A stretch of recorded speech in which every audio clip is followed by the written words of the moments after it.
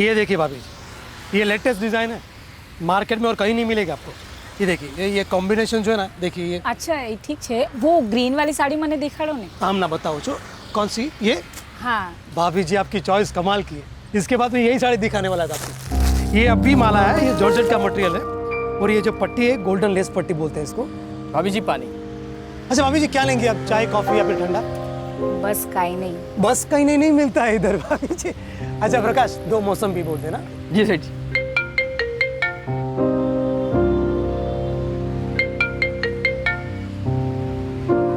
हाँ लता। आपको सिर्फ याद दिलाने के लिए फोन किया था। अरे याद है बाबा, याद है।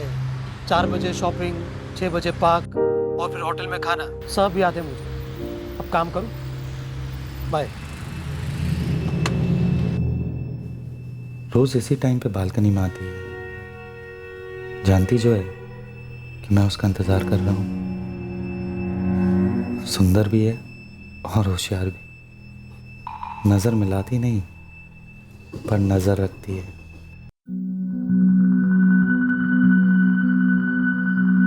ये बिट्टू मम्मा के लिए बाइट। Good boy. ये किसके लिए? पापा के लिए। प्रकाश आज मैं दुकान से जल्दी जाऊंगा, वो लता को जरा शॉपिंग के नाम लिया और फोन आ गया। बहुत सारी जिएंगी भाभी। लता खाना तो चैन से खाने थे। हाँ मुझे याद है 4 बजे आना है। बस याद दिलाना चाहती थी, कहीं आप भूल तो नहीं गए? अरे याद है बाबा, याद है। अब तू थोड़ा सा आराम कर ले और मुझे काम करने दे। फोन रखूं? ठीक है। अरे प्रकाश आज दिलीप नहीं है। हाँ उससे किसी दोस्त की माँ बीमार है, इसलिए उसने छुट्टी ले ली। तू अकेला दुकान संभालेगा ना? आप बेफिक्र रहिए सेठ जी, मैं संभाल लूँगा। चंदा है तू, मेरा सूरज है तू, हाँ मेरी आँखों का तारा है तू। प्रकाश मैं निकल रहा हूँ, जरा संभाल लेना। जी सेठ जी। हाँ लता, बस निकल ही रहा हूँ दुकान से। अच्छा है, सीधा गाड़ी में बैठ और घर पहुंच। कौन बोल रहा है? कौन बोल रहा है जान के क्या करेगा तू? जल्दी घर पहुंच और हाँ 2 लाख रुपए का इंतजाम करते हुए आना। तेरा बेटा अभी तो तकलीफ में नहीं है, पर अगर मुझे पैसे नहीं मिले ना तो तेरा बेटा बहुत जल्दी तकलीफ में आ जाएगा। कौन बोल रहा है? क्यों मजाक कर रहे हो भाई? सीधा घर पहुंच, सब पता चल जाएगा मजाक है हकीकत। तेरी बीवी तेरे घर पे बेहोश पड़ी है, अगर जल्दी पहुंचा तो बचा पाएगा। बाद में बात करता हूँ। Hello hello. तुम्ही डायल केलेला नंबर बंद आहे।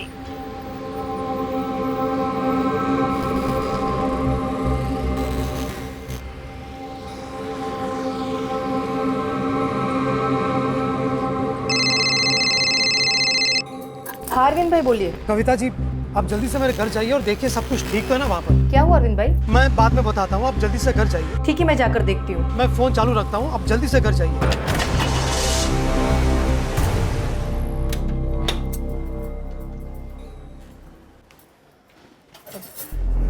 अरविंद भाई आपके घर का दरवाजा तो खुला है। कविता जी आप जल्दी से अंदर जाइए और देखिए लता और हर्ष ठीक है ना? मैं बस पहुंच ही रहा हूँ वहाँ पर। कविता जी हर्ष कहाँ है? हर्ष कहाँ है? हर्ष मैं बात करता हूँ। अरविंद, शंकर बोल रहा हूँ। तू जल्दी आ जा, वो लता के साथ बहुत बुरा हुआ है। अरे लेकिन हुआ क्या ये तो बताइए। उसकी सांस नहीं चल रही है, शायद मर गई है वो। क्या कह रहे हैं आप? I'm sorry अरविंद, वो उसकी सांस नहीं चल रही है, खून बहुत बहा है और पूरे घर में मैंने देखा हर्ष कहीं नहीं। तू जल्दी आ जा अरविंद। हाँ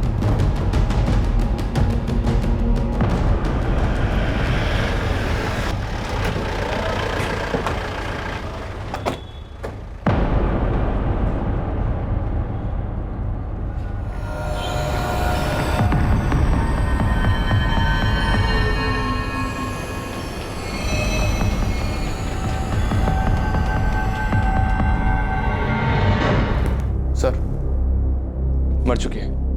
बॉडी को पोस्टमार्टम के लिए भेज दो और चेक करो घर में फर्स्ट एंट्री के निशान तो नहीं है। सर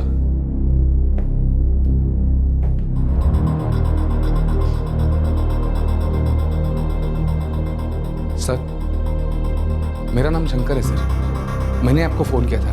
मैं ऊपर वाले फ्लोर पे रहता हूँ। लाश को सबसे पहले आप ही ने देखा था? जी नहीं सर, इन्होंने। सर मेरा नाम कविता है, मैं सामने वाले फ्लैट में रहती हूँ। मुझे अरविंद भाई का फ़ोन आया था। इन्होंने कहा कि मैं यहाँ आकर देखूँ कि लता और हर्ष ठीक है या नहीं, और जब यहाँ आकर देखा तो लता लहूलुहान पड़ी थी।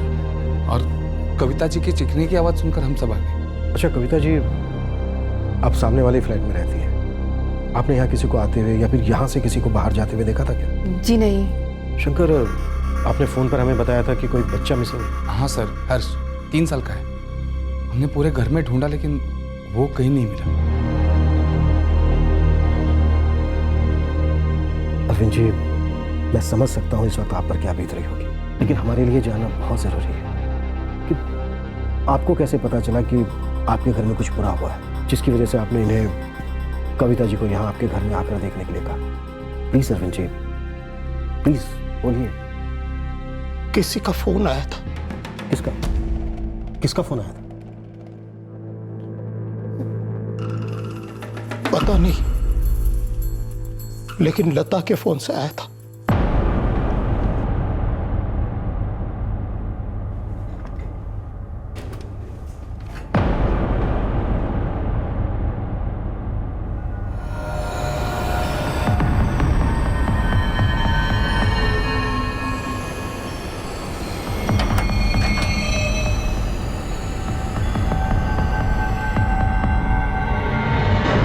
सुरभि कहने नहीं निकालेंगे, मतलब मर्डर का मेन मोटिव पैसा तो नहीं लगता। लेकिन सर, बच्चा भी गायब है और विक्टिम का मोबाइल भी नहीं है। मोबाइल वही ले गया या फिर ले गए, शायद बच्चा सोसाइटी के वॉचमैन से बात करो, शायद उसने कुछ देखा। मैं भी अरविंद से दोबारा बात करने की कोशिश करता हूँ। सर, नहीं देखा इसका मतलब क्या है रामदेव? कोई सोसाइटी में दिन दहाड़े घुसा है तुमने नहीं देखा? कोई हर्ष को लेकर चला गया तुमने नहीं देखा? अगर तुम कुछ देखते ही नहीं हो तो किस काम के वॉचमैन हो तुम? 1 मिनट, आप रुकिए, मैं बात करता हूँ इससे। दोपहर में 3 से 4 के बीच तुम गेट पर थे या नहीं? इन बिल्डिंगों का वॉचमैन मैं ही हूँ। 3 बजे के करीब मैं उस बिल्डिंग में गया था टंकी का नल बंद करने, शायद उस समय कोई आ गया होगा। कोई रजिस्टर वगैरह भी मेंटेन नहीं करते हो तुम? एक रजिस्टर था साहब, लेकिन 3 महीने पहले वो भर गया। मैंने सेक्रेटरी साहब से कई बार बोला, सोसाइटी जब कोई रजिस्टर नहीं देगी तो कहाँ मेंटेन करूँगा। अच्छा, यहाँ बिल्डिंग में कहीं कोई सीसीटीवी कैमरा लगा हुआ है? अरे सर, सीसीटीवी का कोटेशन तो कई बार मंगवा चुके हैं। ये लोग मेंटेनेंस देने के लिए खिचखिच करते हैं। ऐसे में सीसीटीवी का खर्चा करने के लिए सबको मनाना मुश्किल है सर। सुबह से 3 बार लता का फोन आया था। वो ठीक थी, बहुत खुश थी। जब मैं दुकान से निकल रहा था तो उसके फोन से फिर से एक कॉल आया, लेकिन इस बार किसी आदमी का था। क्या कहा था उसने? उसने कहा कि लता बेहोश हो गई है और 2 लाख रुपए मांगे हर्ष के लिए। क्यों किया उसने ऐसा? क्यों मार डाला मेरी लता को? जरा याद करके बताइए, वो आवाज आपको कुछ जानी पहचानी लगी? पहले कभी सुनी थी वो? नहीं, ये आवाज मैंने पहले कभी नहीं सुनी। कोई ऐसा है जिसका आपके घर पर आना जाना हो, आपके सामने आपके पीछे? कोई दोस्त, कोई रिश्तेदार आपका या फिर लता जी का? नहीं, मेरे ज्यादातर दोस्त तो मेरे बिजनेस सर्कल में ही, और किसी का मेरे घर पे आना जाना शायद ही कभी होता है। और मेरे सारे रिश्तेदार गांव में हैं, राजस्थान। वो जब गांव से आते हैं तो पहले बता कर ही आते हैं। सेठ जी, सेठ जी, सेठ जी, ये सब क्या हो गया सेठ जी? तुम कौन हो? मैं प्रकाश, सेठ जी की दुकान में काम करता हूँ। The number you have called is currently switched off. Please try again later. Society में सिक्योरिटी गार्ड तो सिर्फ नाम का है, आधे टाइम तो वो गेट पर ही नहीं होता है। और बिल्डिंग में कहीं भी सीसीटीवी कैमरा नहीं है। मुझे तो लगता है सर, कातिल के लिए बिल्डिंग में दाखिल होना और बच्चे को अपने साथ लेकर फरार हो जाना कोई बहुत मुश्किल काम नहीं रहा होगा। लता का फोन ऑन हुआ? नहीं सर, कई बार ट्राई किया है पर अभी तक स्विच ऑफ है। ये नंबर सर्विलेंस को फॉरवर्ड करो और उनसे कहो कि इमीडिएटली ट्रेस करें। फिरौती के लिए इस नंबर का दोबारा इस्तेमाल हो सकता है। जी सर। एक बात और, घर में कहीं भी फोर्स्ड एंट्री के निशान नहीं मिले सर। हो सकता है कातिल जान पहचान वाला हो। लेकिन अरविंद का कहना है कि उसे ये आवाज जानी पहचानी नहीं लगी और उसकी किसी के साथ कोई दुश्मनी नहीं है। मर्डर की असली वजह क्या हो सकती है? चलो एक बार को अगर हम मान भी लें कि किडनैपिंग पैसों के लिए की गई है, लेकिन सर, अगर सिर्फ पैसों की बात होती तो कातिल विक्टिम के गहने चोर के क्यों जा रहा? और कबर्ड को भी खोलने की कोशिश नहीं की गई? सुरभि, एक बात तो पक्की है, अरविंद और लता में से कोई एक तो उस आदमी को जानता है। या तो ये पुरानी दुश्मनी हो सकती है, या फिर कोई ठुकराया आशिक, या फिर सेठ जी, भाभी जी के नंबर से फोन आ रहा है। अरविंद जी, ज्यादा से ज्यादा देर बात करने की कोशिश करें ताकि हमें वक्त मिल सके लोकेशन ट्रेस करें। हेलो, पैसे का इंतजाम हो गया या बीवी की याद में अब तक आंसू बहा रहा था? मेरा बेटा हर्ष कहाँ है? अभी तक तो मेरे पास है, लेकिन पैसे नहीं मिले ना तो बहुत जल्द उसको भी उसकी माँ के पास पहुँचा दूंगा। देखो, इस वक्त मेरे पास इतने पैसे नहीं, तो इंतजाम कर जल्दी। मेरे पास ज़्यादा टाइम नहीं है और ना ही तेरे बच्चे के पास है। फिर फ़ोन करूँगा। हाँ ठीक है, मैं होल्ड करता हूँ, तुम लोकेशन बताओ।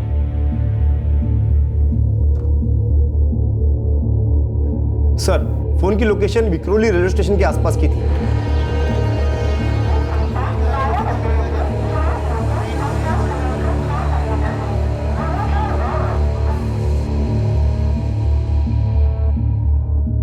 फोन विक्रोली रेलवे स्टेशन के पास से आया था और अब फिर से स्विच ऑफ हो गया है।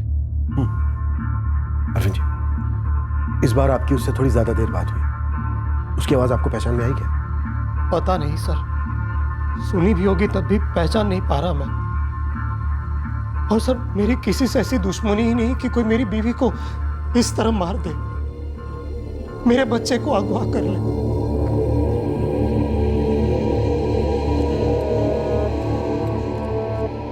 सेठ जी, पानी लीजिए। अरविंद जी, वो आदमी बहुत शातिर है। अपना फोन इस्तेमाल करने की बजाय आपकी वाइफ का फोन इस्तेमाल करें ताकि उसकी पहचान छुपी रहे। लेकिन आप भरोसा रखें हम पर, हम आपके बेटे हर्ष को वापस ला कर आएंगे। लेकिन आपको हमारा साथ देना होगा। जोर डालिए दिमाग पर, सोच के हमें बताइए कि कौन हो सकता है वो आदमी। क्या कहूं मैं सर आपसे, मैंने किसी का कुछ नहीं बिगाड़ा, क्यों कोई मेरे परिवार के पीछे पड़ा हुआ? सर, सारे पड़ोसी से बात की है, सब लता और अरविंद इन दोनों के बारे में अच्छा ही करें। राजस्थान से बिलोंग करते हैं, सीधे साधे लोग हैं। सुबह मुझे फिक्र हो रही है, वो स्टेशन के पास से फोन कर रहा था, मतलब पब्लिक प्लेस है। वो ऐसी जगह पर बच्चे को लेकर घूमने का रिस्क क्यों लेगा भला? बच्चा चिल्ला सकता है, वो लोगों की नजरों में आ सकता है। हो सकता है सर बच्चा किडनैपर को जानता हो। कोई तुक नहीं है इन बातों का। अगर वो इतना ही करीबी था तो अरविंद जी के ख्याल में क्यों नहीं आ रहा? उसने मर्डर किया, किडनैपिंग की, लेकिन घर में चोरी नहीं की, लता के गहने भी नहीं लिए, और अब फिरौती मांग रहा है। ये एग्जैक्टली चाहता क्या है?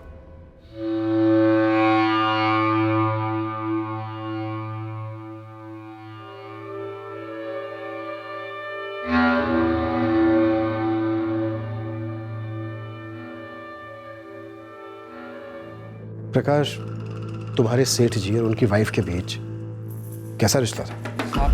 सेठ जी भाभी जी को बहुत खुश रखते थे। आज भी दोनों हर्ष के साथ घूमने जाने वाले थे और ये हो गया। कौन कर सकता है ये? बिजनेस में किसी के साथ कोई झगड़ा, कोई तू में कोई अनबन?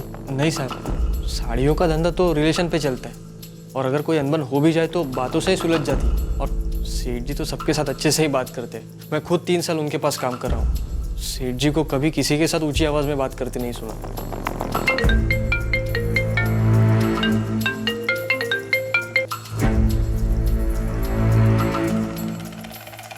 अरविंद जी, उससे कहो कि आप पैसे देने के लिए तैयार हैं, बस एक बार अपने बेटे हर्ष से बात करना चाहते हो, ठीक है? उठाइए।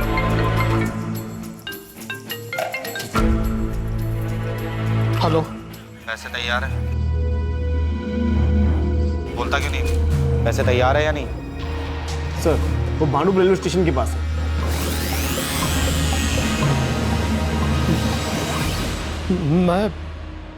मैं पैसे देने को तैयार हूं, लेकिन मुझे मेरे बच्चे से बात करनी है, प्लीज। भांडुप स्टेशन के पास से बोल रहे हैं। हर्ष की एक फोटो शिवा को दो और उससे कहो कि अपनी एक टीम लेकर भांडुप स्टेशन पहुंचे। Quick sir. अरे ये बातें सब पैसा मिलने की बात करते रहना। पर मैं कैसे मान लूं कि मेरा बेटा सही सलामत है? अगर तुमने उसे भी, आखिर कौन हो तुम? क्यों मार दिया मेरी बीवी को? क्या दुश्मनी है मुझसे? सुन, ठंडा हो जा, वरना मैं गर्म हो गया ना तो तू जानता क्या हो सकता है।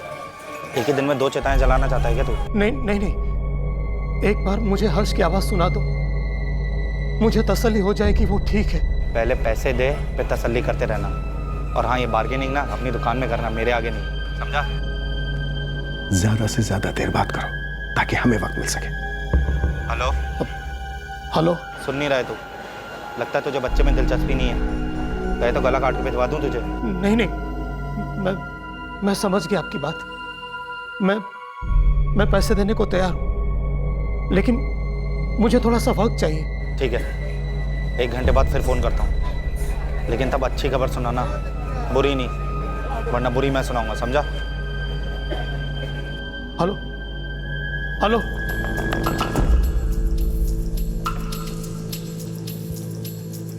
Sir, phone Bhanupur railway station के पास ही स्विच ऑफ हुआ है।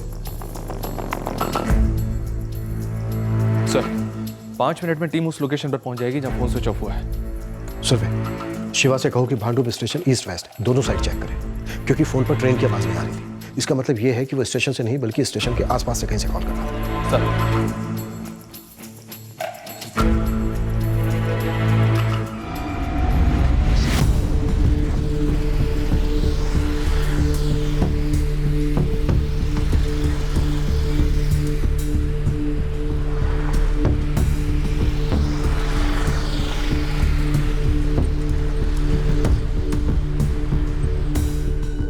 सर, मैं अपनी बीवी को खो चुका हूं, अब अपना बच्चा नहीं खोना चाहता। अरविंद जी, कुछ नहीं होगा ऐसा, ट्रस्ट मी, भरोसा रखिए हम पर। आप बस एक बैग तैयार कीजिए, वो जहां भी बुलाएगा हम जाएंगे। सर, उसकी बातों से मुझे लगता है कि वो बिना पैसे लिए हर्ष को नहीं छोड़ेगा, और मेरे पास मुश्किल से 50,000 रुपये होंगे। इतने पैसे काफी हैं। अरविंद जी, आप बस एक बैग लेकर आइए, पैसे मुझे दीजिए, हम बैग अपने तरीके से भरेंगे, ठीक है?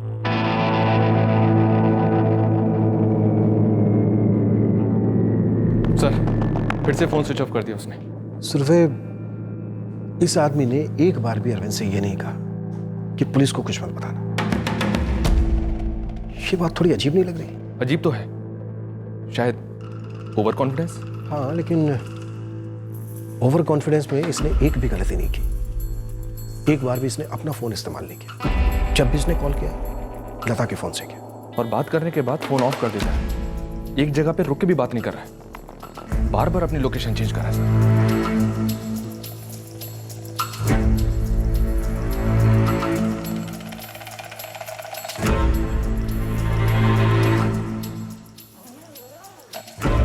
Arvind ji.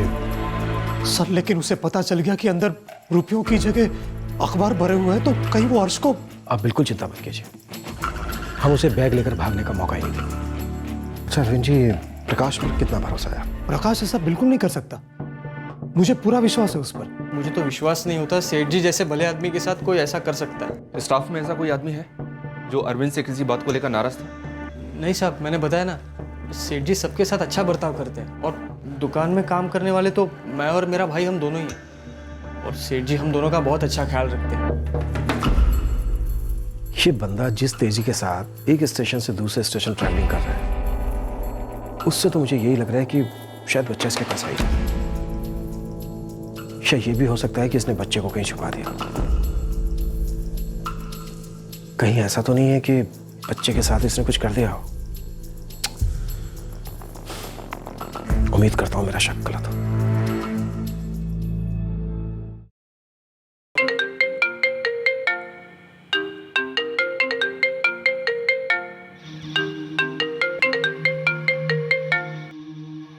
Sir, phone Kanjurmarg station के पास एक्टिव हुआ है।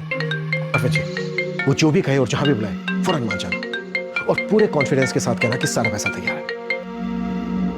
हेलो, पैसे तैयार हैं? हाँ तैयार है। कहाँ लेकर आना है? सर, इस वक्त कांजूर मार्ग में है। शिवा को इन्फॉर्म कर दिया है, वो टीम लेकर पहुंच रहा है। बताओ पैसे लेकर कहाँ हो?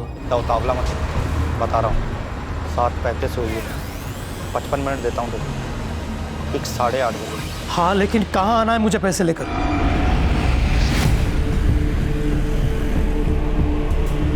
LBS रोड पर कांजूर मार्ग के पास एक कृष्ण भगवान का मंदिर है, पता है तुझे? अगर नहीं पता है तो पता कर लेना।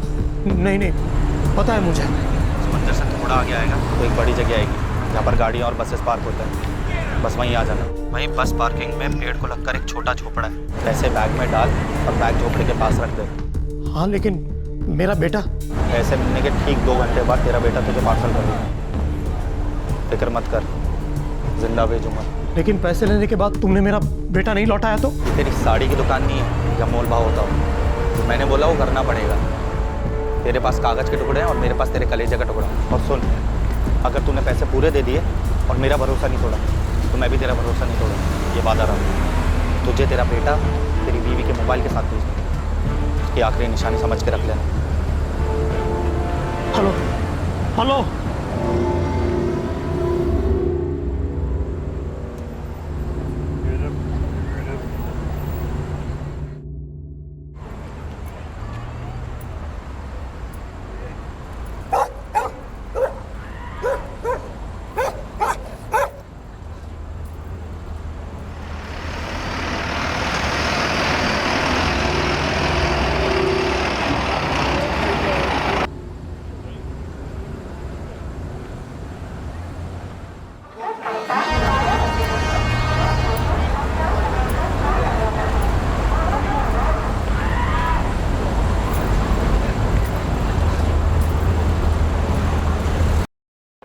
सर, शिवा टीम लेकर कांजूर मार्ग रेलवे स्टेशन पहुंच चुका है और लता का फोन एज एक्सपेक्टेड एक बार फिर से स्विच ऑफ हो गया है। सुरभि, शिवा से कहो कि अपनी सर्च जारी रखे।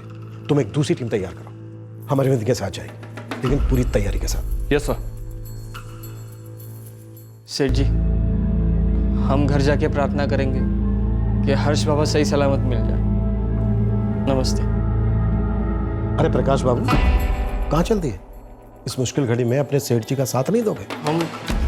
हम वहाँ क्या करेंगे साहब? जो करना है वो तो हम करेंगे, लेकिन तुम हमारे साथ चलोगे जरूर। और जहाँ तक प्रार्थना की बात है वो तो तुम गाड़ी में भी कर सकते हो, नहीं?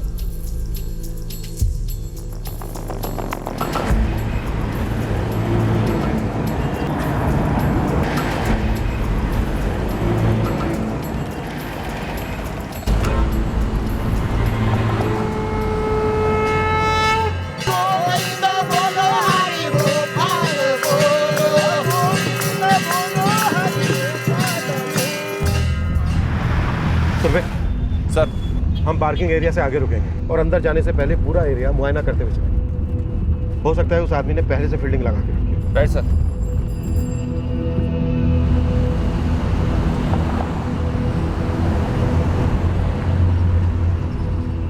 अरविंद जी, मैं जब आपको फोन करूं आप तब अंदर आना, ठीक है?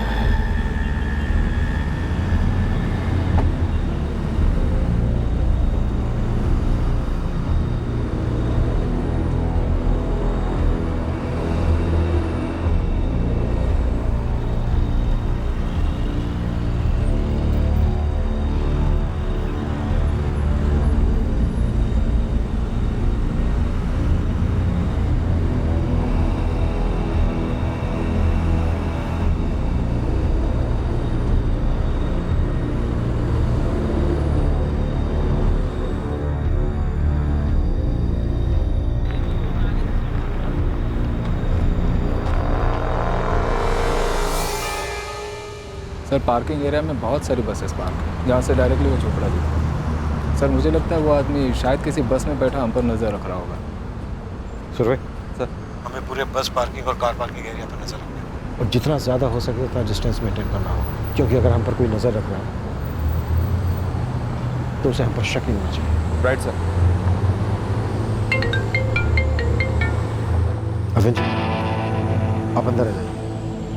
अरविंद जी, आप घबराइए मत, हम पूरी टीम के साथ अंदर हैं। वो आदमी भाग नहीं पाएगा।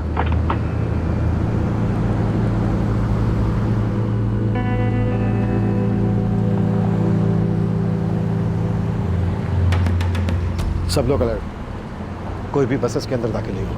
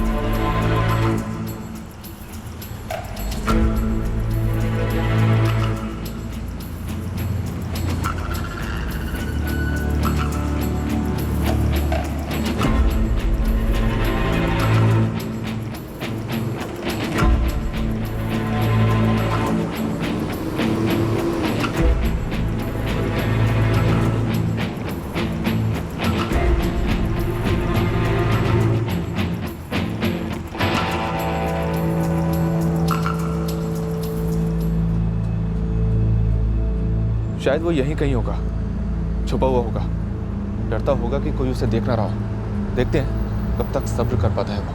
कहीं कहीं बस में छिपा बैठा होगा, मौका तलाशा होगा कि जैसे ही मौका मिले बैग उठा के ले जाओ।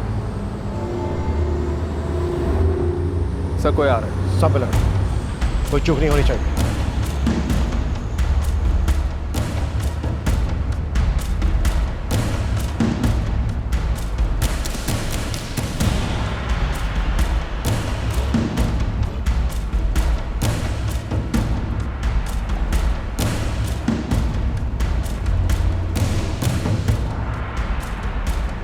शायद ये हो। सर अगर यही है तो आप अरेस्ट क्यों नहीं कर लेते? जल्दबाजी में खेल भी कर सकते हैं। ये शायद वो नहीं, उसका भेजा हुआ कोई आदमी है जो मुआयना करने आया होगा कि वापस लौटेगा जरूर। बैग को रखे हुए काफ़ी टाइम हो गया, शायद वो नहीं आएगा।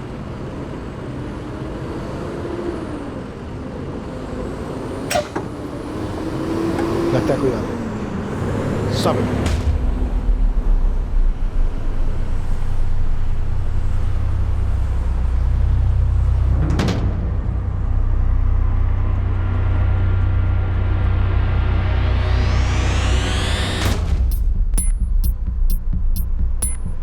चेहरा ढका हुआ है, शायद ये हो।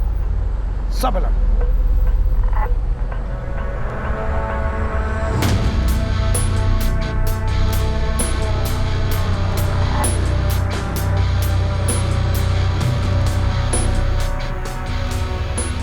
सर ये तो सीधे आ गया रहा है मेरी तरफ। आ नहीं रहा है, सूंघ रहा है। ये वापस लौटेगा 100% यही है।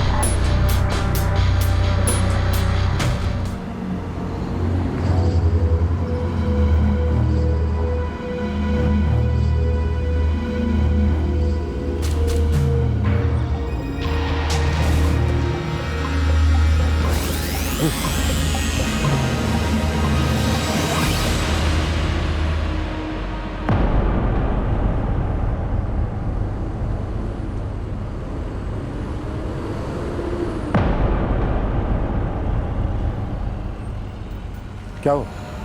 शर्मा मत दूल्हे राजा, तेरी बारात हम निकालेंगे।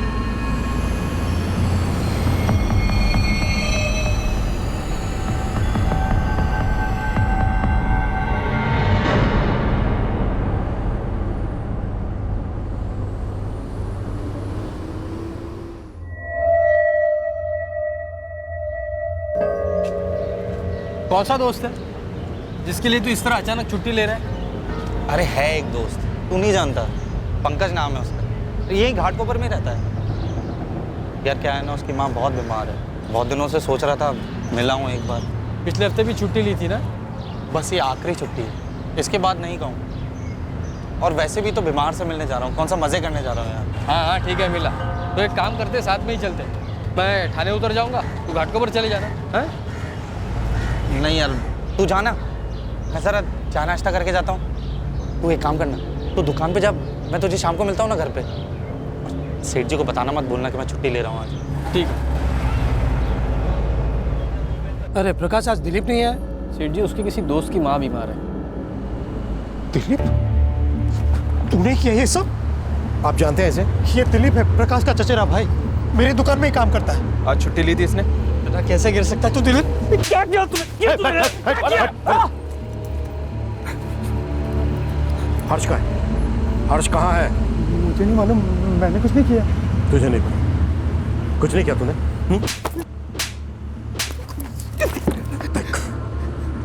तेरा खेल खत्म हो गया दिलीप। सीधी तरह से बता दे बच्चा का है, क्या किया तूने बच्चे के साथ?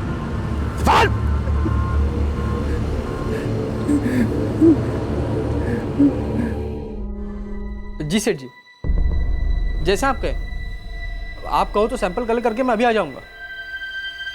प्रकाश अभी आ जाओगे तो अच्छा है जी, दिवाली के ऑर्डर्स भी शुरू हो जाएंगे। आ सकते हो क्या? हाँ हाँ सेठ जी, मैं बस अभी निकलता हूँ। हाँ। अरे कहाँ जा रहा है? खाना तैयार है?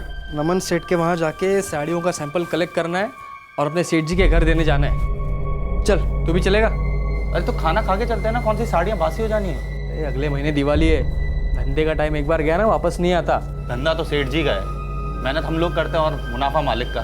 क्या बक रहा है भाई? सेठ जी का शुक्र मना कि मुंबई में आते ही तुझे काम मिल गया, समझा ना?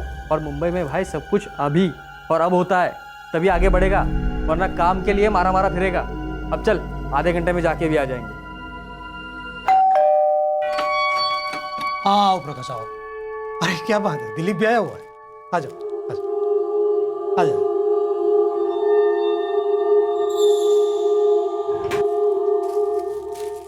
एक दो,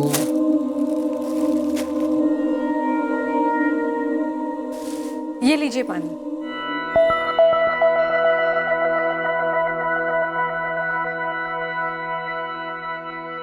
अच्छा प्रकाश, ये 2 साड़ियों का ऑर्डर नमन सेठ को दे देना। जी सेठ।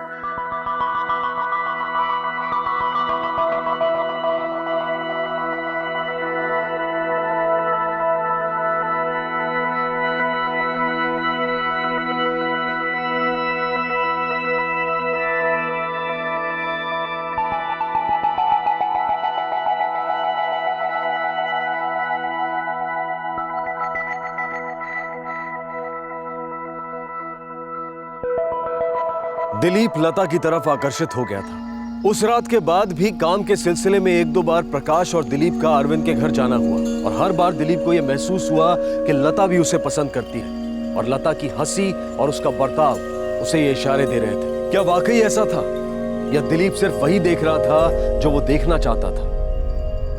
दिलीप इस कदर लता का दीवाना हो गया था कि काम से छुट्टी लेकर उसे देखने आता था, उसे निहारता रहता था।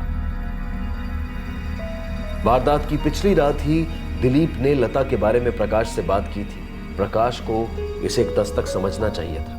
कितने दिन हुए हम सेठ जी के घर नहीं गए, बड़ा मन कर रहा है वहाँ जाने का। क्यों? लता भाभी से मिलना है। क्या बक रहा है भाई? कहना क्या चाहता है? बस देखना चाहता हूँ लता को, और देखना भी क्या बुराई है? बुराई है, हमारे सेठ जी की बीवी है वो, हमारी भाभी है। भाभी होगी तेरी, मेरी तो। दिमाग ठिकाने पे तेरा? क्या बोले जा रहा है, होश में तो है? अरे होश ही तो नहीं है यार, पता है सपने में आती है मेरे, रात भर सताती है। यार प्यार हो गया उससे, और एक बात बताऊं, उससे भी हो गया है। तेरा दिमाग खराब हो गया, इसीलिए ऐसी बहकी बहकी बातें कर रहे तू। अबे नहीं यार, कसम से सच बोल रहा हूँ, वो भी मुझे पसंद करती है। और ये गलतफहमी तुझे कैसे हुई? तूने देखा नहीं? अरे जब भी हम उसके घर जाते हैं कैसे इशारे करती है मुझे, और पानी की ट्रे तो तेरे सामने रख देगी, लेकिन पानी का गिलास अपने हाथों से मुझे देती है। पूछ क्यों? ताकि मैं उसे छू सकूं यार। ये बंद कर तेरी ये बकवास, ये सब तेरा वहम है, समझा ना? भाभी का स्वभाव अच्छा है, वैसे ही तेरे साथ क्या हंस के बात कर ली, तू तो हवाई के लिए बनाने लग गया। अपने काम पे ध्यान दे, समझा ना? तभी आगे बढ़ पाएगा। प्रकाश दिलीप के लता के प्रति आकर्षण में छिपी हवस और बेताबी को देख नहीं पाया। उसने दिलीप की बातों को गंभीरता से नहीं लिया।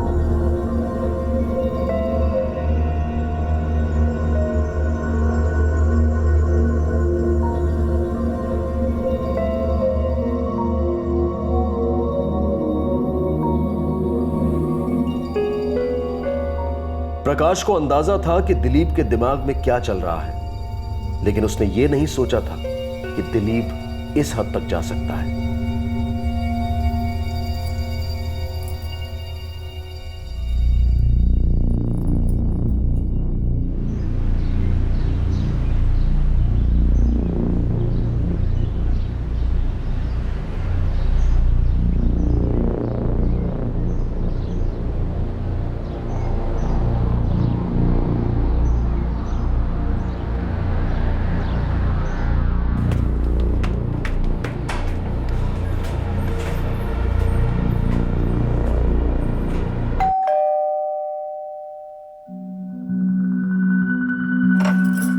दिलीप, कुछ काम था? जी भाभी जी, वो सेठ जी ने भेजा है। अच्छा अच्छा, आओ अंदर।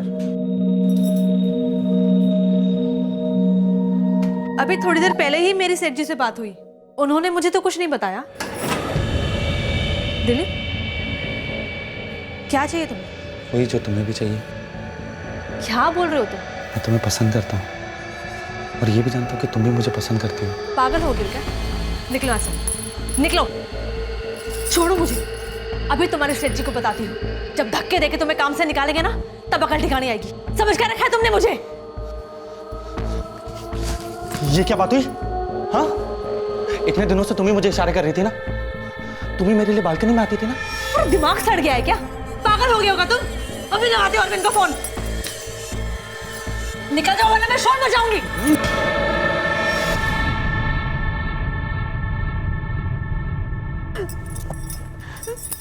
मैं तुम्हें छोड़ूंगी नहीं। अरविंद आते ही होंगे, मैं सबको बताऊंगी, तुम्हें जेल करवाऊंगी। तुम बताओगे सेठ जी को? अरे भूल जाओ, तुम्हें मर्दों की फितरत नहीं जानती हो। वो मेरे पति है, मेरी बात का भरोसा करेंगे। तुम्हारा झूठ नहीं चलेगा कि मैंने तुम्हें बढ़ावा दिया था। उनकी सोच तुम्हारी जितनी छोटी नहीं है। अगर ऐसा है तो तू किसी को बता, मेरा बेटा कहाँ है? क्या क्या उसके साथ? सेठ जी का बेटा कहाँ है, बता दे। अरविंद जी, सीधी तरह से बता दे हर्ष का है, नहीं तो हलक में हाथ डाल के सर झुकलाऊंगा।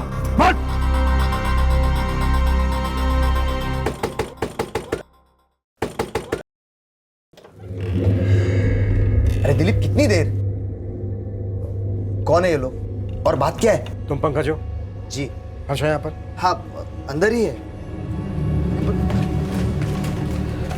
अरे पर हर्ष, मेरा बच्चा। क्या है ये सब? कौन हो आप लोग? पुलिस। क्या हुआ साहब? क्या किया दिलीप ने? तो ये बोल, फिरौती में तुझे कितना हिस्सा मिलने वाला था? क्या कह रहे हो आप? अरे दिलीप, तूने तो कुछ और ही बोला था ना बच्चे के बारे में।